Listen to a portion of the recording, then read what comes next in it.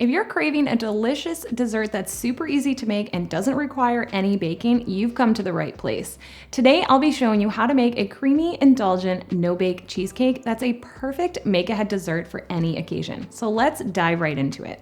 To start, we'll make our graham cracker crust. You can either use a food processor or, if you don't have one, just place the graham crackers into a large plastic bag, seal it, and crush them with a rolling pin. I was diagnosed with a gluten allergy in the last year, so I'm using gluten-free graham crackers, which is one reason why I love making this cheesecake, because it's so easy to make gluten-free. Now I have here 1.5 cups of crushed graham crackers, which is roughly about 12 full-sized crackers. Once your crumbs are ready, add in 5 tablespoons of melted butter and 1/4 cup of granulated sugar, and simply just mix everything together until it's fully combined. Now grab a 9 or 10-inch springform pan and you'll pour the crust mixture in and press it down firmly with the bottom of a cup. Make sure to press the crumbs tightly up the sides first and then along the bottom until it holds together well.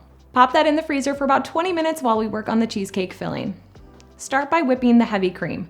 I like to pop the mixing bowl and beaters into the freezer for 10 minutes before I start whipping the cream, because it's going to help the cream to whip up to its full volume. You can do this either in your stand mixer with a whisk attachment or with a hand mixer.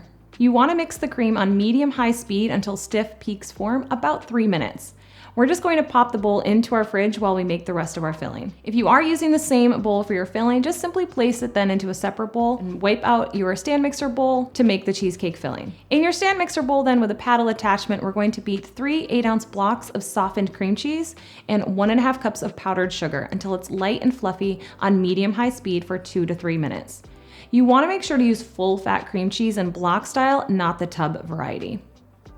To that, we're adding in some lemon juice, 2 teaspoons of vanilla extract, and 1/4 cup of sour cream. Just mix everything together on medium speed for about 1 minute until it's nice and smooth.